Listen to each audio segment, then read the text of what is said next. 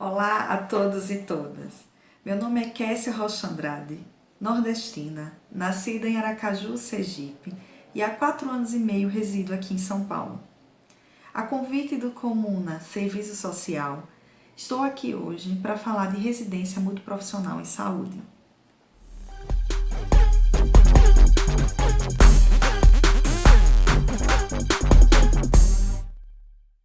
Então, residência em área profissional da saúde consiste em uma pós-graduação lato sensu, uma modalidade de formação em serviço que ela pode ser apresentada por duas modalidades distintas.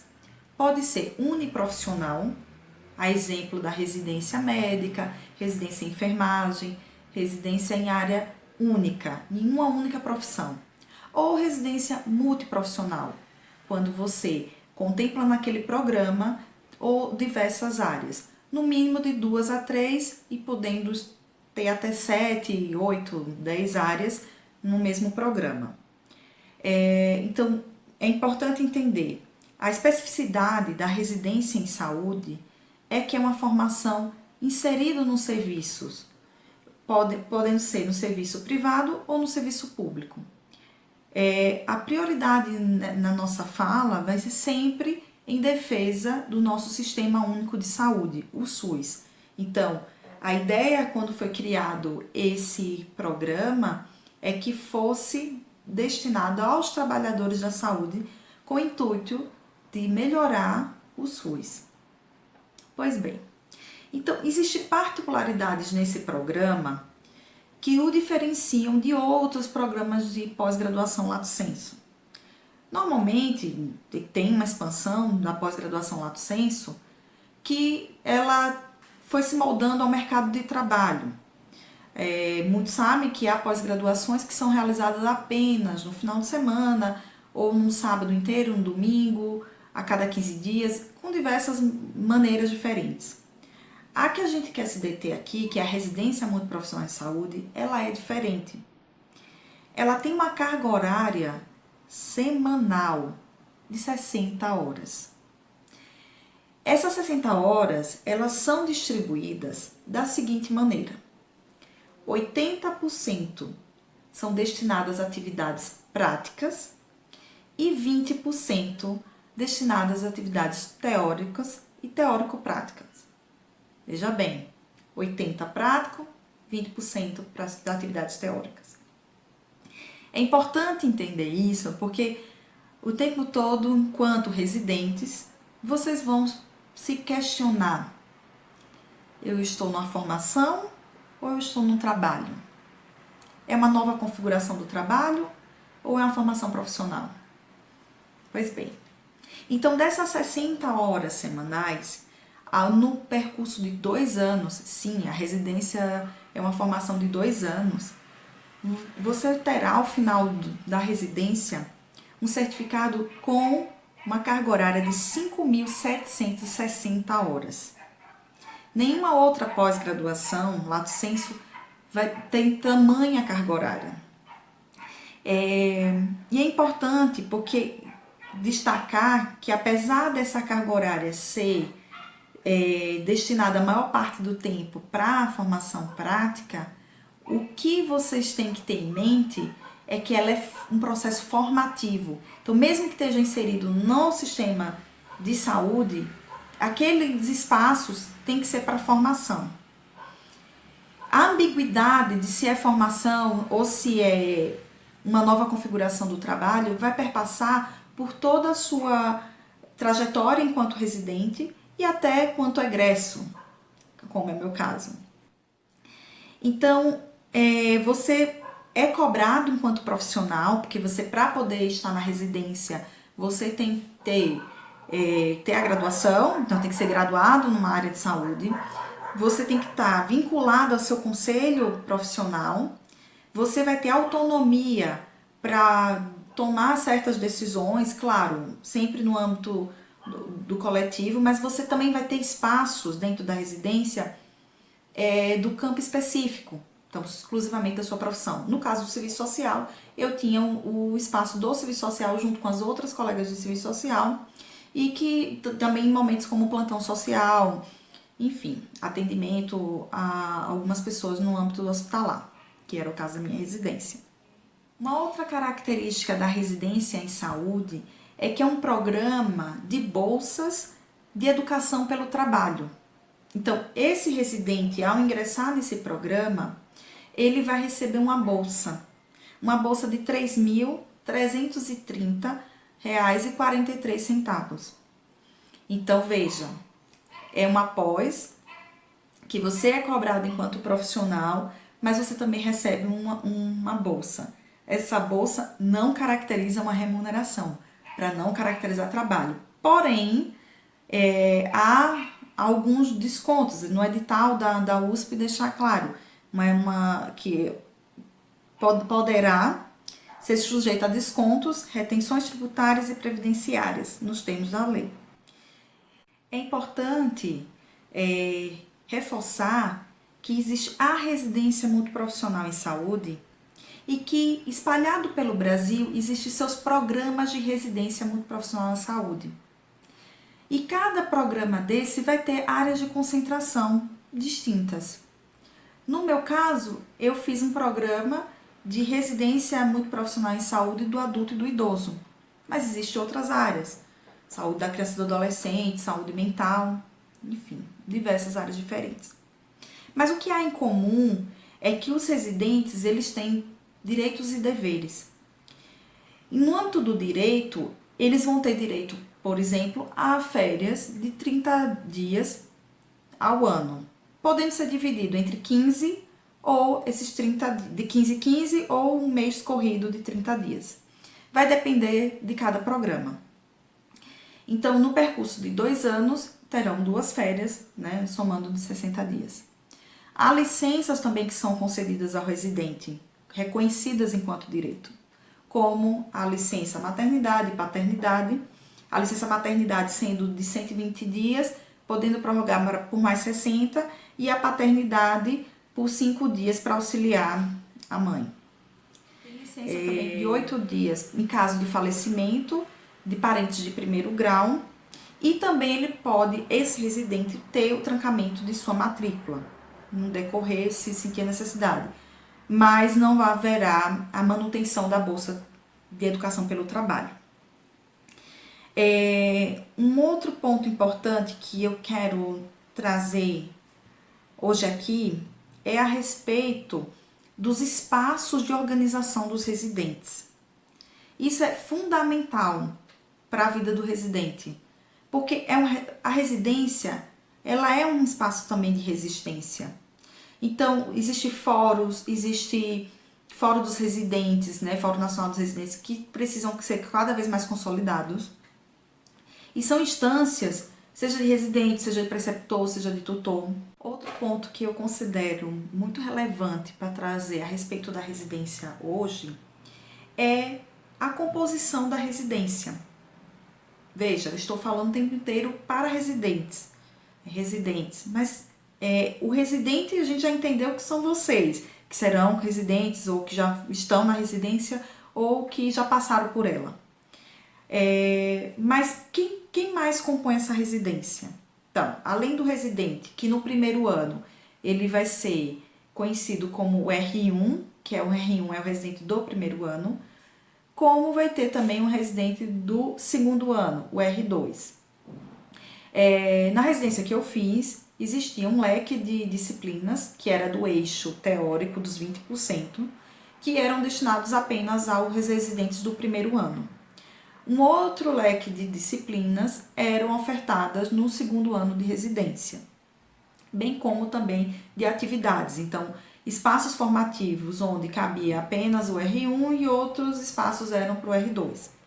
Ao R2 tem um diferencial que ao final da residência ele tem que produzir um trabalho de conclusão de curso. Então, ao final da residência, será cobrado uma produção. Alguns vão ser cobrados em formato de TCC e outros de um artigo científico. Mas voltando à composição da residência. Então, além dos residentes, existe também os preceptores. Preceptores nada mais é do que o profissional da área que vai supervisionar né, vai estar te acompanhando, te orientando no âmbito do serviço. Então, vai ser, no caso, quem for do serviço social, vai ser um colega ou uma colega assistente social que irá supervisionar e te acompanhar durante sua atuação teórico-prática dentro dos serviços. No âmbito da orientação teórica, fica a cargo dos tutores. Então, temos os residentes, preceptores e tutores.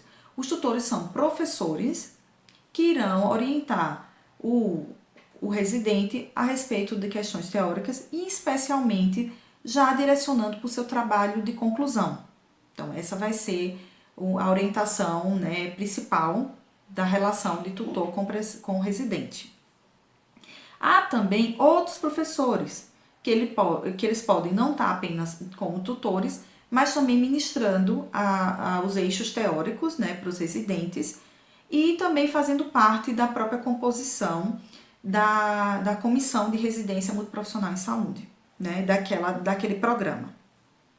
Há também o coordenador, né, desse programa de residência ao qual você vai estar inserido, onde você tem que se referenciar. Então, existe os coordenadores dos programas. Outra composição extremamente importante são os trabalhadores dos serviços. Então, ao entrar numa unidade de serviço, enquanto residente, você vai ter também que não vai estar diretamente fazendo parte da composição da residência, mas é tão importante quanto, que são os outros trabalhadores que estão inseridos naquela unidade, naquele serviço. E por fim, não menos importante, a composição vai ser feita também por parte dos usuários dos serviços, seja ele os pacientes que serão diretamente assistidos ou seus familiares. Então vamos lá: residentes, preceptores, tutores, professores, coordenador, que geralmente é uma figura, ou coordenadores, vai depender de qual residência, mas geralmente só coordenador, trabalhadores do SUS e usuários e familiares. Então, essa é a gama de pessoas que vão estabelecer relações sociais com você, que é residente, né? E que é extremamente importante nessa relação. Para que você consiga se fortalecer enquanto residente, é necessário a sua inserção em alguns espaços coletivos, como, por exemplo, o Fórum Nacional de Residentes Multiprofissionais, e espaços que te fortaleçam enquanto coletivo de residentes. A exemplo de seminários nacionais de residência multiprofissional em saúde, oficinas e outros espaços. Há residências que há uma dificuldade muito grande do residente ser liberado para a participação de eventos. Por isso que reforça a necessidade de você estar nesses espaços de luta e resistência, para que seus direitos realmente sejam efetivados enquanto residentes. Até o momento, conseguimos entender alguns elementos que caracterizam a residência multiprofissional em saúde no Brasil. Elementos que são introdutórios para você entender essa realidade em qual você vai se inserir brevemente. Mas é importante ter em mente como isso surgiu, como foi que a residência surgiu no Brasil. Ela sofreu algumas influências. Claro, ainda muito amparada no modelo da residência médica, algumas coisas são preservadas, como carga horária de 60 horas semanais, como essa distribuição de 80% para as atividades práticas e 20% para atividades teóricas. Essa formação ainda, no caso hospitalar, próxima aos pacientes do leito, nas suas enfermarias e clínicas, mas também recebeu forte influência do movimento de reforma sanitária, que dentre vários indicativos de mudança para a qualificação dos profissionais da saúde, dentre vários, no âmbito da formação em serviço, um dos indicativos foi a residência, uma das medidas, né, adotadas foi a residência multiprofissional em saúde, como instrumento, né, de formação com vistas a consolidar e fortalecer o SUS. Então, por que eu estou trazendo isso à tona? Pela importância que é a inserção de residentes críticos no âmbito da residência multiprofissional em saúde. Então, você ainda tem elementos na estrutura desse programa, né, dos programas, né, você ainda tem elementos da residência médica que são muito fortes nessa estrutura, que às vezes é hierárquica dentro do âmbito dos serviços, que vocês vão identificar isso quando estiverem inseridos. Então, vocês vão se deparar com vários desafios, mas ao mesmo tempo você encontra um espaço de potenciais. Por isso a importância de estar no âmbito de espaços coletivos, discutindo e propondo e tentando avançar e refletindo sobre a formação, essa formação em serviço. Especialmente tendo a resistência para que não se torne uma nova configuração do trabalho, mas sim reforçando enquanto um espaço de formação profissional em saúde. Um outro ponto importante que esse vídeo veio à tona justamente por um coletivo, né, que teve a iniciativa de estar promovendo um curso de formação para mulheres negras que querem ingressar na residência multiprofissional em saúde. No caso específico desse ano, para a residência da USP, da Universidade de São Paulo. E por que eu estou trazendo isso agora no final como uma reflexão? Porque no livro de Angela Davis, Mulheres, Raça e Classe, ela faz uma reflexão e um alerta de que é errôneo tentar criar um processo hierárquico entre as categorias classe, raça e gênero. Quando, na verdade, Angela Davis nos chama a atenção que essas três categorias, classe, raça e gênero, elas estão interligadas, há uma interseção entre elas. Então, quando você tem um edital que lança, como por exemplo da USP, uma taxa de inscrição, como a maioria dos programas de residência, de R$ 290 a taxa de inscrição, 210, enfim, ao longo do Brasil, você já consegue ver que há uma tentativa de um recorte social, de classe e de gênero. Quando você coloca um programa de residência, onde há uma dedicação exclusiva de 60 horas semanais dentro dos serviços, você também faz um recorte de classe, raça e gênero. Então, tudo isso é para ser problematizado não como um impedimento para esse ingresso, mas como um processo de alerta, de reflexão para tudo que vem enquanto residente que vocês serão logo mais. E enquanto egressos, que é o meu caso, observe, é um processo constante de luta, de resistência. Então eu fico muito feliz de estar ocupando esse espaço de formação, que é formação para mulheres negras que pretendem entrar numa residência multiprofissional em saúde, para que elas, com toda a sua fortaleza, ocupem os espaços que lhes são de direito.